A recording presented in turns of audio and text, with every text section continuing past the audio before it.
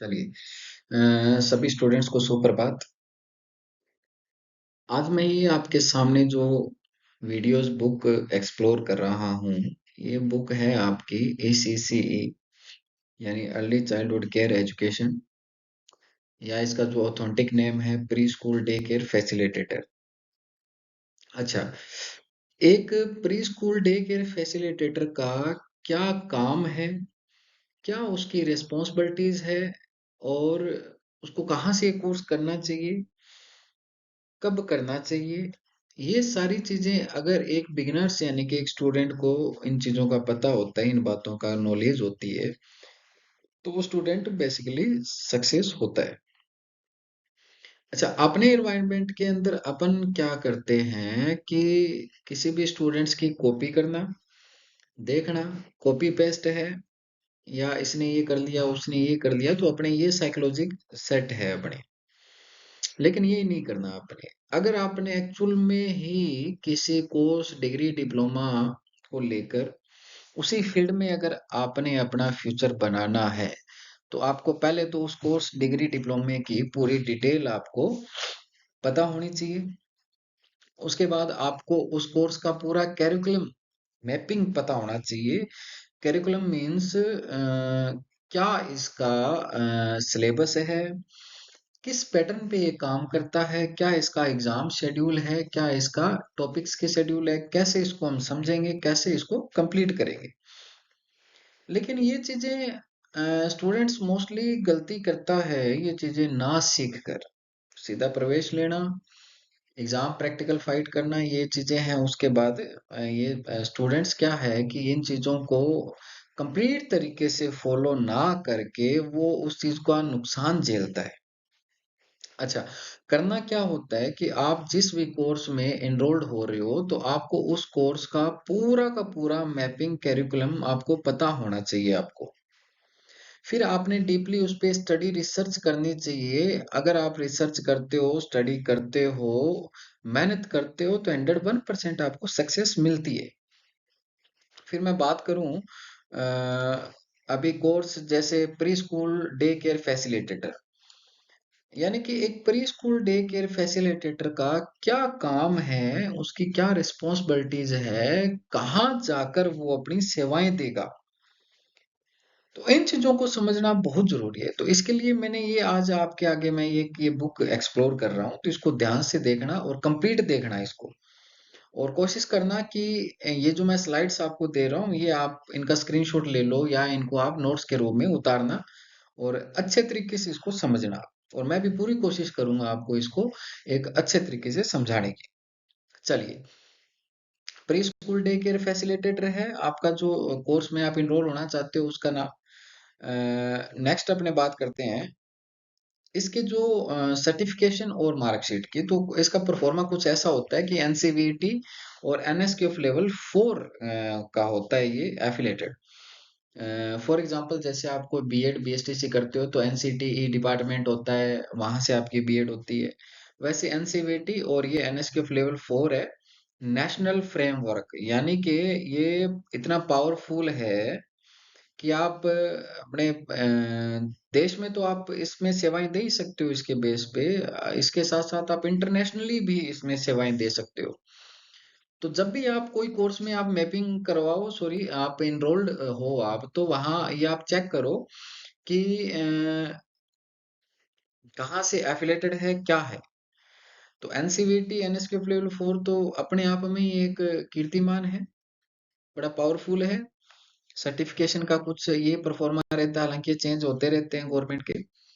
ये इसकी मार्कशीट का परफॉर्मा रहता है।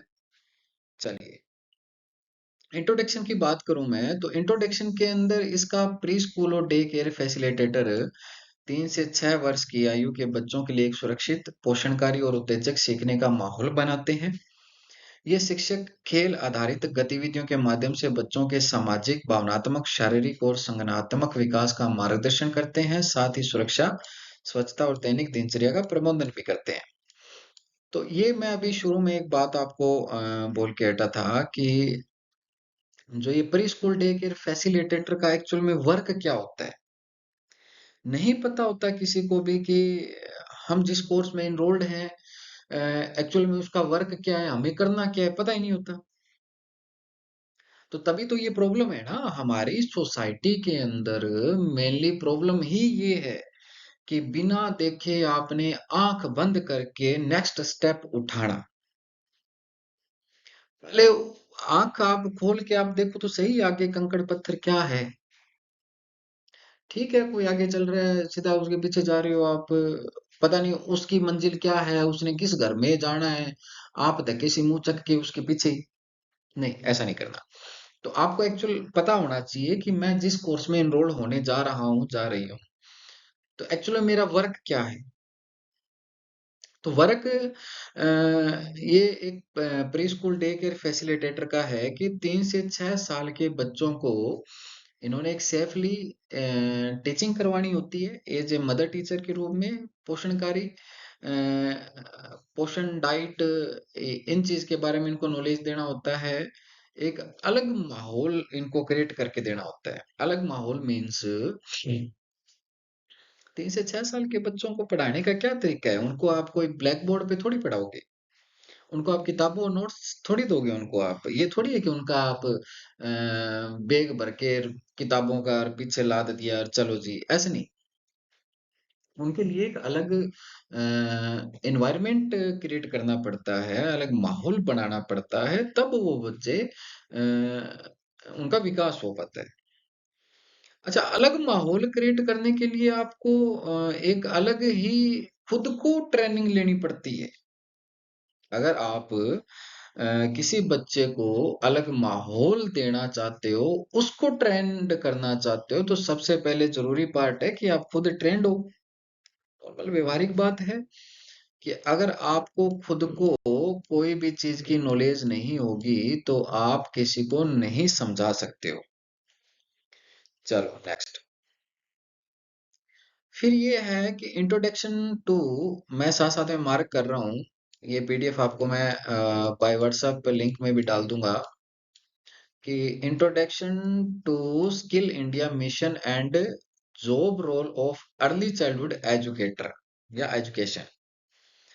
यानी कि स्किल इंडिया मिशन के लिए अर्ली चाइल्डहुड केयर एजुकेशन क्या इम्पोर्टेंस रखती है, या भारत ने स्किल इंडिया मिशन के प्रति इन एजुकेटरों के लिए, अर्ली चाइल्डहुड एजुकेशनों के एजुकेटरों के लिए क्या वर्क किया है। तो ये कुछ इसमें लाइंस है, कुछ रिसर्च है। तो ये आप, थोड़ा बड़ा पैराग्राफ है, ये आप पढ़ लेना, इसका आप स्क्रीनशॉट भी ले सकते हो आप। थोड़ा मैं इसको पढ़ के बता सकता हूँ, एक्सप्लोर कर देता हूँ कि 2015 में श्री नरेंद्र मोदी ने स्किल इंडिया मिशन की शुरुआत की, जो भारत को आत्मनिर्भर बनाने के उनके दृष्टिकोण के अनुरूप था। ठीक है, स्किल इंडिया शुरू से ही चल रहा है, बट इसको जो इसको तवज्जो दिया गया, इसको इम्पोर्टेंस मिली, तो वो 2015 में जब हमारे माननीय प्रधानमंत्री श्री नरेंद्र मोदी जी ने कार्यभार संभाला, प्रधानमंत्री का पद संभाला, तो इसके बाद इन्होंने इसके ऊपर पूर्ण रूप से कार्य करने का आजमाया। और उनकी मेहनत का परिणाम है कि आज जो ये स्किल इंडिया है पनप रहा है बहुत अच्छा। देश के कोने कोने में, चाहे वो ग्रामीण है, रूरल है, अर्बन है, हर जगह हर स्टूडेंट्स के अंदर स्किल डेवलप हो रही है धीरे धीरे धीरे धीरे। तो ये आंकड़े हैं, तो ये आप आंकड़े देख सकते हो, इसमें आप पढ़ लेना इनको। चलो नेक्स्ट। तो इसमें मेनली ये था कि इन्होंने अर्ली चाइल्डहुड केयर एजुकेशन के ऊपर किस प्रकार से जोर दिया और कितना जोर दिया, और अर्ली चाइल्डहुड केयर एजुकेशन को इम्पोर्टेंस देना क्यों जरूरी समझा, कि क्यों जरूरी है ये एजुकेशन। ठीक है, आज जो भारत है, भारत का जो भविष्य है वो एक युवा है, यूथ है। ठीक है, और यूथ की जब उसके जन्म के टाइम से अगर उसकी नींव अगर सही रखी जाती है, तो ही वो युवा यूथ आगे वर्क कर पाएगा अपने खुद के ऊपर, अपने देश के लिए और अपने भविष्य के लिए, और कभी भी वो बेरोजगारी की भीड़ में शामिल नहीं होगा। चलिए, भारत में ईसीसी की वर्तमान स्थिति। ECC early childhood care education की वर्तमान कंडीशन, प्रेजेंट कंडीशन क्या है। ये बहुत जरूरी टॉपिक है कि क्या है ये इसकी अ, वर्तमान कंडीशन। तो वर्तमान कंडीशन की बात करें तो मैं पढ़ रहा हूँ एक लाइन कि स्वास्थ्य एवं परिवार कल्याण मंत्रालय के अनुसार भारत में प्रतिदिन लगभग 2 करोड़ 6 लाख बच्चे जन्म लेते हैं। 2011 के जनगणना के अनुसार भारत की कुल जनसंख्या का 13% हिस्सा 6 वर्ष से कम आयु का है। यूआईडीएसई के आंकड़ों के अनुसार 2019-20 में 1 करोड़ 4 लाख बच्चे प्री स्कूलों में नामांकित थे, जबकि अगले 2 वर्षों में यह संख्या थोड़ी कम हुई। अच्छा, कम क्यों हुई? घट घट क्यों रही है? हालांकि बढ़ना चाहिए इसको। क्यों? क्योंकि एक्चुअल में ट्रेनर जो खुद है, जो टीचर है, जो प्राइमरी टीचर है या pre school day care facilitator है, ये खुद इन्होंने अच्छी तरीके से खुद को तैयार नहीं किया। वो ही रीजन है, मैं दोबारा बार रिपीट कर रहा हूँ कि अगर आप खुद अच्छे तरीके से तैयार नहीं हो तो आप किसी बच्चे का फ्यूचर नहीं डिसाइड कर सकते। खुद को आपको अगर नॉलेज है, अगर आप खुद एक अच्छा एनवायरनमेंट में रहते हो, खुद एक अच्छा एनवायरनमेंट बनाने में की एलिजिबिलिटी रखते हो, तो या आप दूसरे उस बच्चे की लाइफ सेटल कर सकते हो, अदरवाइज नहीं कर सकते। तो ये भी आप इसमें मैं आपको ये इसी अनुभव के साथ प्रवेश कर रहे हैं, ये आप इसका स्क्रीनशॉट ले सकते हैं, देख लेना। चलिए, फिर इसका मेन जो पार्ट आता है कि क्यों इसको जरूरी महत्वपूर्ण यानी कि तवज्जो दी गई। क्या उद्देश्य है इसका, क्या पर्पज क्या था? ईसीसी के उद्देश्य बड़ा इंपॉर्टेंट टॉपिक है। ईसीसी के उद्देश्यों के अंदर मैं ये अभी एक डायग्राम के तौर पे मैंने आपको बताने की कोशिश करी है। हालांकि इसका जो हिंदी ट्रांसलेशन है वो नेक्स्ट है।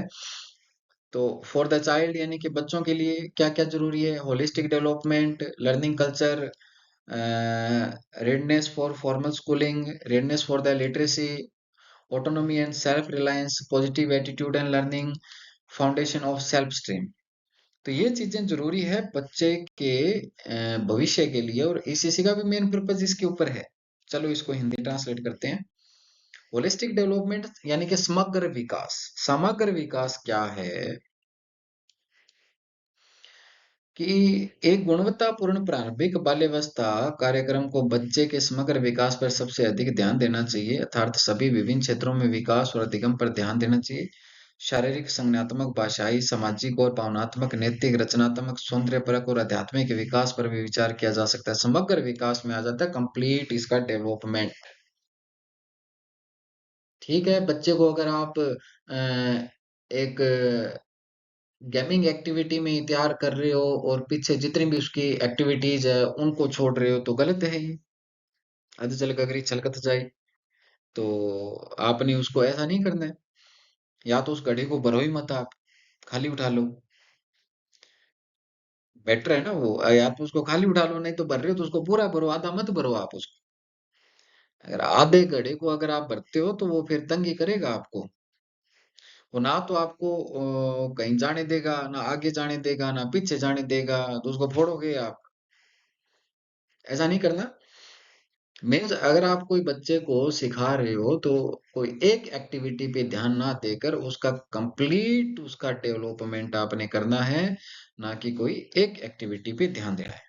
चलिए next. Foundation of self esteem, आत्मसम्मान की नींव। बहुत जरूरी है सेल्फ रिस्पेक्ट। और मैं तो कहता हूँ जिस पर्सन में सेल्फ रिस्पेक्ट नाम की कोई चीज नहीं है तो वो बंदा खत्म है ना। और सेल्फ रिस्पेक्ट पेट में कोई नहीं सीखता इन चीजों को। अगर बच्चा जन्म के बाद जब भी वो थोड़ा एक्टिव होता है, 3 से 6 साल की एज, जो ये टाइम पीरियड होता है, इसमें ये चीजें उनको अगर सिखाई जाए अच्छे तरीके से तो सीखता है बच्चा, डैम श्योर सीखता है। चलिए मैं इसको थोड़ा रीड कर देता हूँ कि बच्चे का भावनात्मक जीवन उसके अंतर व्यक्तित्व संबंध, व्यवहार और सीखने पर गहरा प्रभाव डालता है। बच्चे के शुरुआती वर्ष होते हैं। इन चीजों, ये जो टॉपिक्स हैं, इनका अलग अलग एक टॉपिक का एक वीडियो मैं आपके सामने लेकर आऊंगा। तो इसलिए आप इन कंप्लीट वीडियोस को एक प्लेलिस्ट टाइप या एक नोट्स टाइप आप बनाओ, और ये बहुत अच्छे नोट्स, बहुत मेरी ये जीवन की पूंजी है जो मैं ये तैयार कर रहा हूँ। तो इनको आपने इग्नोर नहीं करना। ये जो चीज मैं आपको दे रहा हूँ, ये चीज आपको शायद ही कहीं मिले, तो इस चीज को संभाल के रखना, लिखना। तो प्रशिक्षित प्रारंभिक शिक्षक बच्चों के आत्मसम्मान की नींव रखने में मदद करते हैं, उन्हें स्नेहपूर्ण और संवेदनशील संबंध प्रदान करके, व्यवहार की उचित सीमाएं निर्धारित करके, बच्चों के प्रति सम्मान और प्रशंसा प्रदर्शित करके। ये मैं इसको इरेज भी कर देता हूँ ताकि आप इसका screenshot low.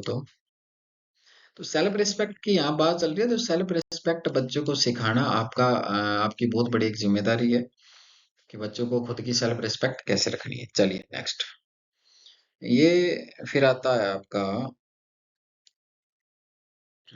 Positive attitude to learning, सीखने के प्रति सकारात्मक दृष्टिकोण। यानी बच्चे के अंदर एक पॉजिटिव वाइब होनी चाहिए सीखने की। फॉर एग्जाम्पल आप उसको बता रहे हो कि बेटा आप इस काम को कर सकते हो, आपको करना है, और बच्चा नेगेटिव है, नो नो ये नहीं कर सकता, तो नहीं सीख पाएगा वो। तो उसके अंदर एक पॉजिटिव एटीट्यूड होना चाहिए कि यस आई कैन डू, यानी कि मैं कर सकता हूँ। तो वहां एक टीचर को भी मजा आता है पढ़ाने में, कि पॉजिटिव है तो उस पे मेहनत करने में भी मजा आता है और टीचर पूरी मेहनत करता है। तो आपने क्या करना है, बच्चों को इस तरीके का एनवायरनमेंट देना है, समझाना है बच्चों को कि आपने हर टाइम पॉजिटिव रहना है। एक फिलोसोफर है, उनकी एक बुक मैंने पढ़ी थी जिसमें एक सबकॉन्शियस जो पावर होती है, तो उसके सबकॉन्शियस जो पावर होती है उसके बारे में चलो मैं नेक्स्ट वीडियो में बताऊंगा आपको कि सबकॉन्शियस पावर क्या होती है। चलो नेक्स्ट टॉपिक है आपका ऑटोनॉमी एंड सेल्फ रिलायंस, यानी कि स्वायत्तता और आत्मनिर्भरता। सेल्फ डिपेंडेंट बहुत एक इम्पोर्टेंट टॉपिक है कि बच्चे को आप सिखाओ कि आपने आत्मनिर्भर रहना है, ना कि आपने किसी के ऊपर निर्भर रहना है। फॉर एग्जाम्पल आपने किसी बच्चे को एक टास्क दे दिया, ठीक है, एक टास्क दे दिया क्लास में, वो टास्क ऐसा टास्क है कि एक एक स्टूडेंट ही करेगा। अच्छा, उस टास्क में वो बच्चा इधर उधर देख रहा है कि यार मेरे साथ मैं किसी को ले लूं तो आसान हो जाएगा। तो ये होता है डिपेंड रहना। तो आपने स्टूडेंट्स को, बच्चे को क्या सिखाना है कि भाई ये तेरा ही टास्क है, तूने ही करना है इसको, और करना पड़ेगा। ठीक है, तो ये आपने इसका स्क्रीनशॉट भी आप ले सकते हो, आत्मनिर्भरता का जो टॉपिक है। चलिए नेक्स्ट, रेडनेस फॉर लिटरेसी, यानी कि साक्षरता के लिए तत्परता। यानी कि उस बच्चे को आपने ये सिखाना है कि स्टडी के प्रति आपने तत्पर, यानी कि हमेशा तैयार रहना है, एक फौजी की तरह। फौजियों को अगर रात के 2 बजे भी आवाज लगाता है सूबेदार, तो फौजी फटाक, ना उनका कोई मुंह धोना है ना कोई पानी पीना है, फटाक उन्होंने अपनी राइफल उठानी है और तैयार। तो बच्चों को आपने ये उनके अंदर ये क्वालिटी डालनी है, ये कि आपने हमेशा तत्पर रहना, तैयार रहना है साक्षरता एजुकेशन के लिए। उसमें कोई भी बहानेबाजी नहीं है, कोई भी एक्सक्यूज नहीं होने चाहिए। अच्छा, 3 से 6 साल की जो एज होती है, ये एक कच्ची मिट्टी की तरह होती है, जो जैसे पोटर कुम्हार होता है तो अपने घड़ों को जो एक कच्ची मिट्टी से ही आकार देता है ना। तो उन बच्चों को आप जैसा सिखाओगे, उनके माइंड में डालोगे, बच्चा उस चीज को कैच करता है। आपने देखा होगा, आपके अगर छोटे बच्चे हैं तो फॉर एग्जाम्पल 1 या 2 साल के बच्चे हैं तो वो अपने पेरेंट्स की कॉपी करते हैं।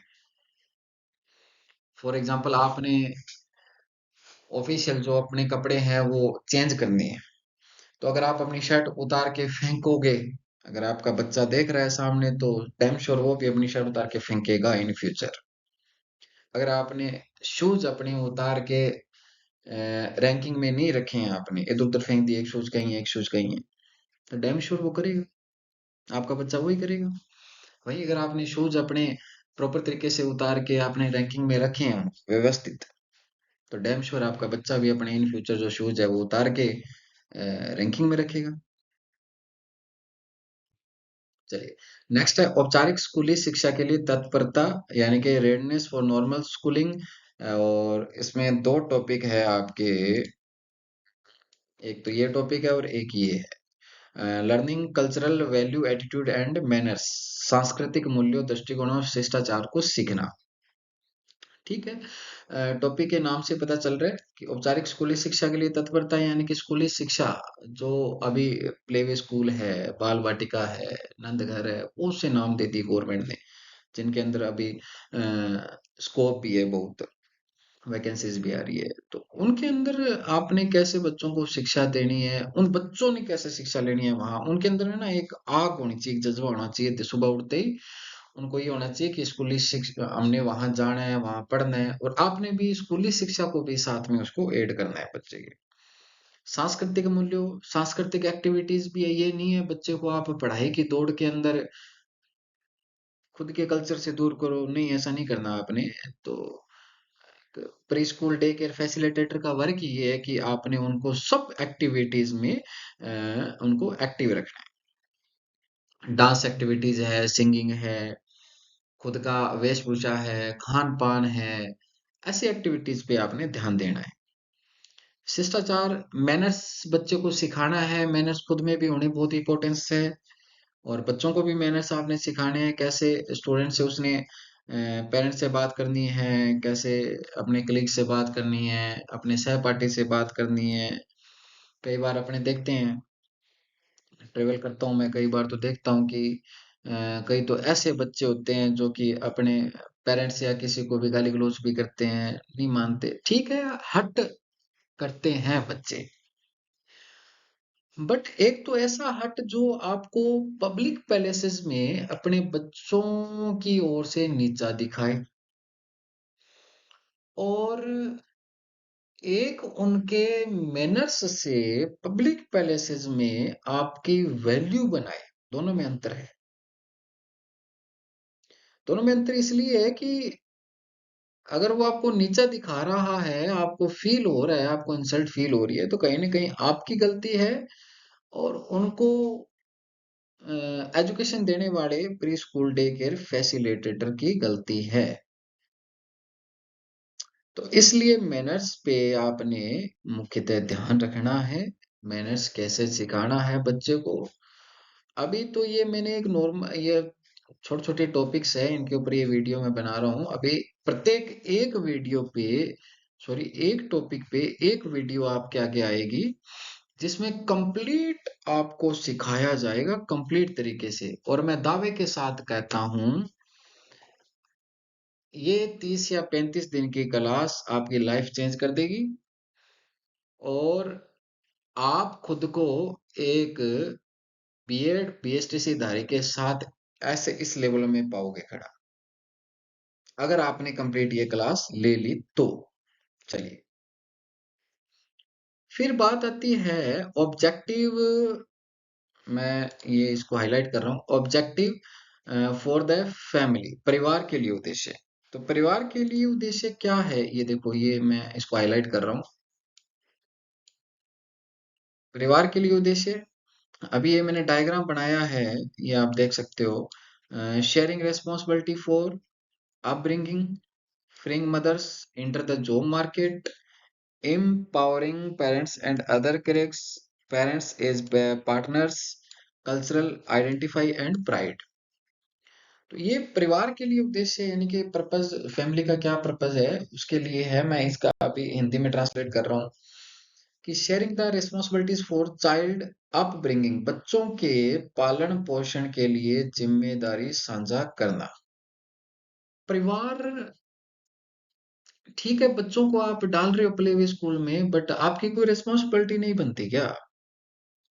बनती है ना, कि फॉर एग्जांपल आज मैं फादर हूँ एक गुड़िया का, एक बच्चे का, तो मेरी रिस्पॉन्सिबिलिटी इतनी नहीं है कि उसको तैयार किया, हाथ पकड़ा उसका और उसको प्ले वे स्कूल में डाले, नहीं, इतनी मेरी रिस्पॉन्सिबिलिटी नहीं है।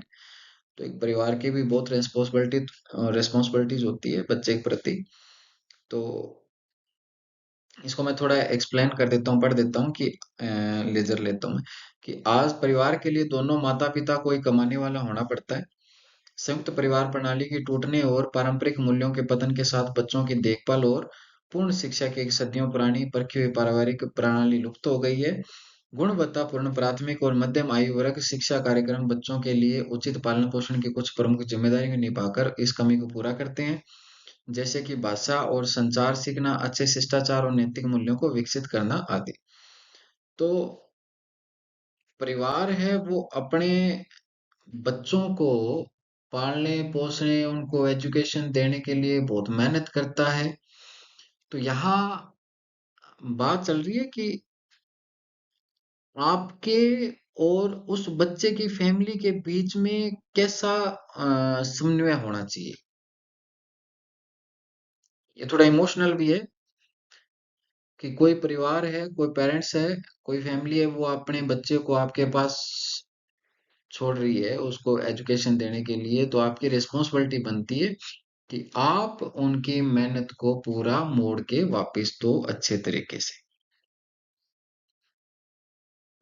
बहुत हार्ड वर्क करते हैं, उनके बहुत ड्रीम है कि ठीक है हम एक अच्छे पैलेस पे बच्चे को भेज रहे हैं, हमारा बच्चा ये होगा वो होगा। तो आप कंप्लीट तरीके से उस बच्चे के लिए रिस्पॉन्सिबिलिटीज निभाओ आप।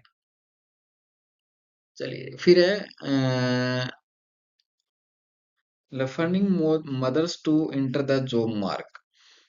ये मैं इसको ये कर रहा हूँ लेजर से कि कई माताओं को मजबूरन दो बुराइयों में से एक को चुनना पड़ता है, अपने बच्चों की उपेक्षा करना या आवश्यक वेतन छोड़ना और घर पर रहकर बच्चों की देखभाल करने के लिए अपनी रचनात्मक संतुष्टि से वंचित रहना।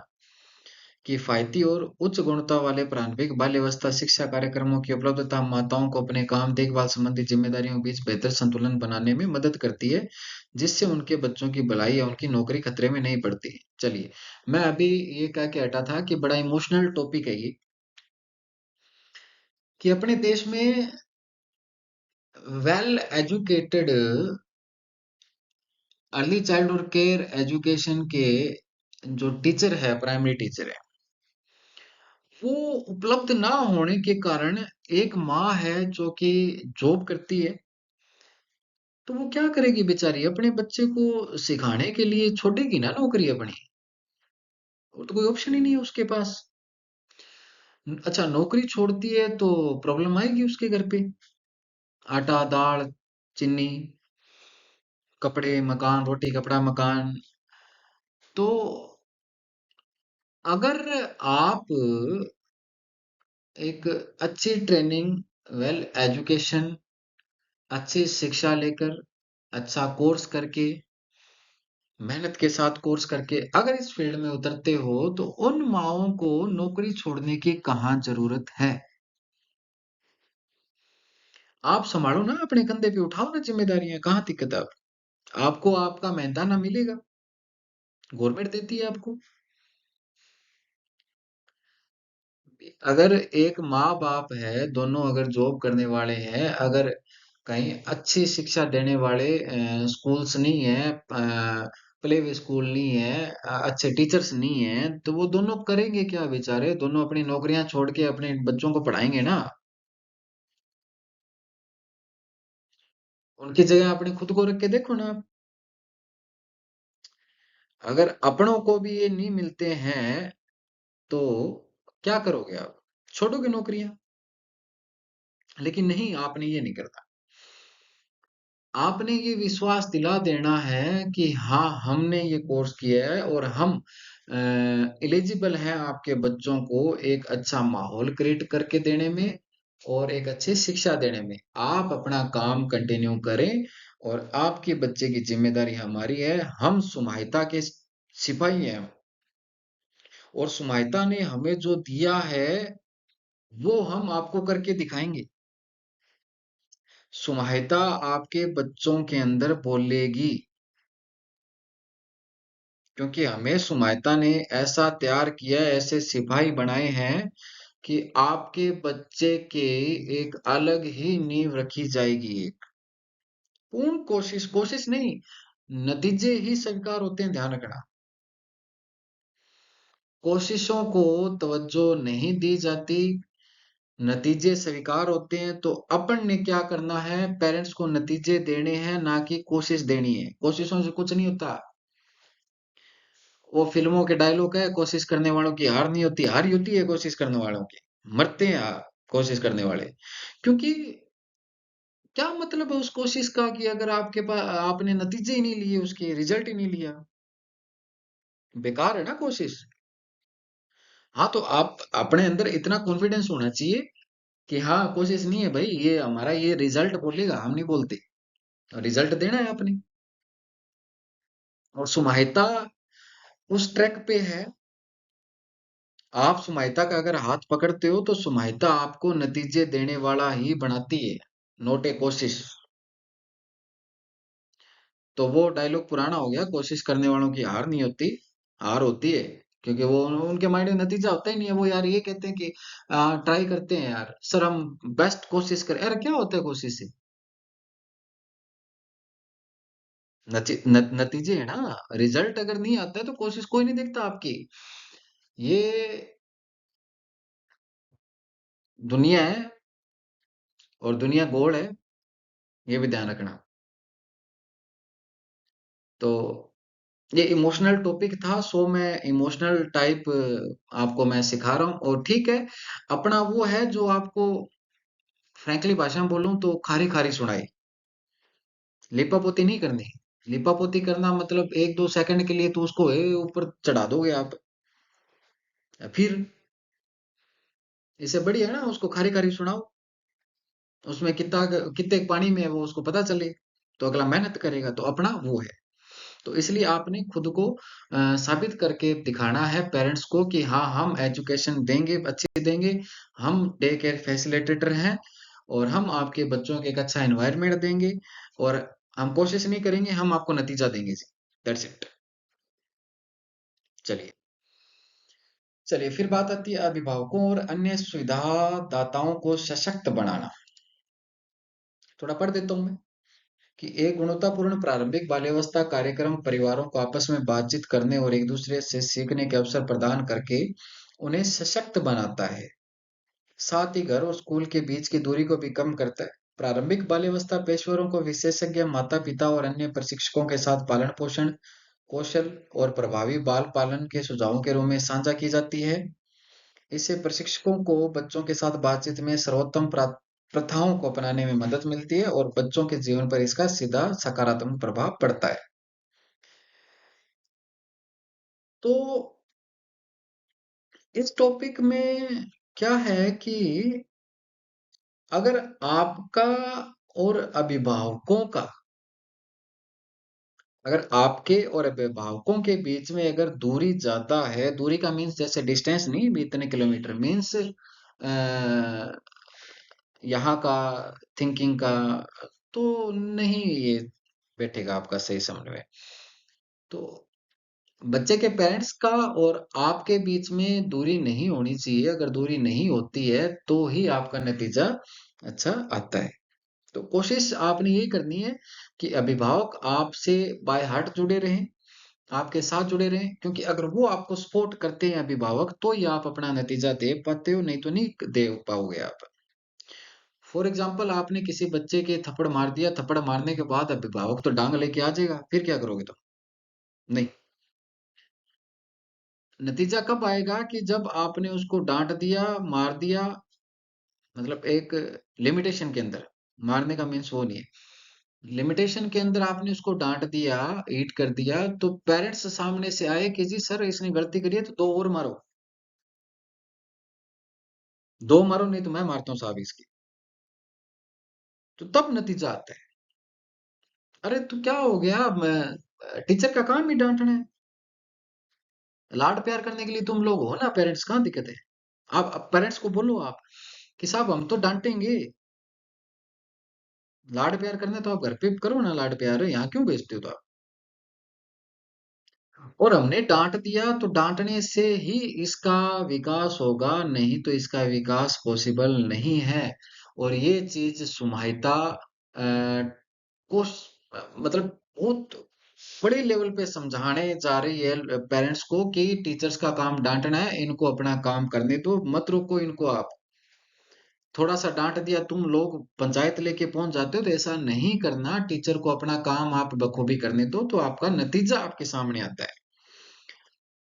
अगर ऐसा करते हो तो आपके नतीजा ना आके आपके पास एक्सक्यूज आएंगे कि सर कर लेगा ये वो, फिर वही बात है, चिकनी चोपड़ी बातें।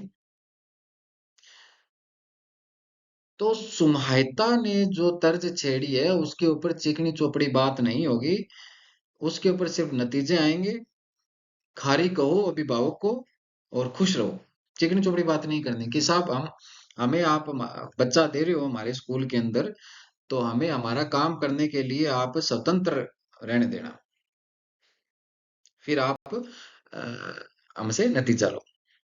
चलो, ये वही टॉपिक आ गया कि शिक्षा में अभिभावकों को भागीदार के रूप में शामिल करना।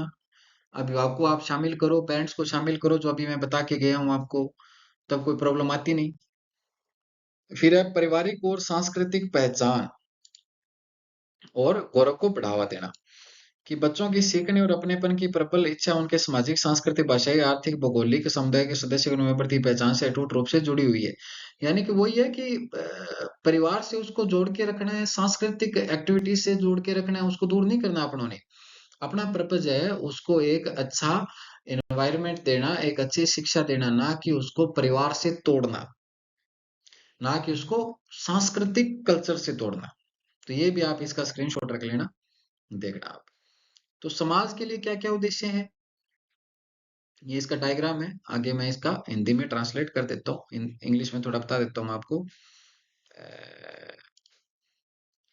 Learning alive in A group, creating high quality grade of global citizens, reduce social equality, transmission of cultural values, maximum of human potential, prevention of problems and saving future cost. यानी कि ये इंग्लिश में diagram मैंने इसलिए दिया है कि आप लोग इंग्लिश में भी पढ़ा करो इन चीजों को, और बीच बीच में इंग्लिश बोला करो आप। तो चलिए, आज जो ये आपकी बुक मैंने एक्सप्लोर करी है, तो उम्मीद है कि आपको ये समझ आई है। तो अभी तो ये ट्रेलर था, इसका जो कंप्लीट जो सेशन है वो एक टॉपिक की एक वीडियो आपके सामने आएगी। तो इनके आप अच्छे नोट्स बनाने हैं आपने, अच्छे तरीके से आपने लिखना है इनको साफ, और इनको ध्यान में पढ़ना भी आपने। तो आगामी सुमायता एक टेस्ट सीरीज भी शुरू करने जा रही है इसी के बेस के ऊपर, ताकि आपने ये जो कोर्स किया है तो इसके ऊपर है ना कोई संदेह ना होए। मीन्स कोर्स कर लिया तो डैम श्योर है कहीं ना कहीं आप प्लेसमेंट होगे। तो चैनल को आप सब्सक्राइब कर लेना, शेयर भी करना, और कंटिन्यू आप इसको बेल आइकन प्रेस करके आप है ना इसका नोटिफिकेशन ऑन कर लेना, ताकि नेक्स्ट वीडियो आते ही आपके नोटिफिकेशन आ जाए और आप वीडियो से ना चूकें। धन्यवाद।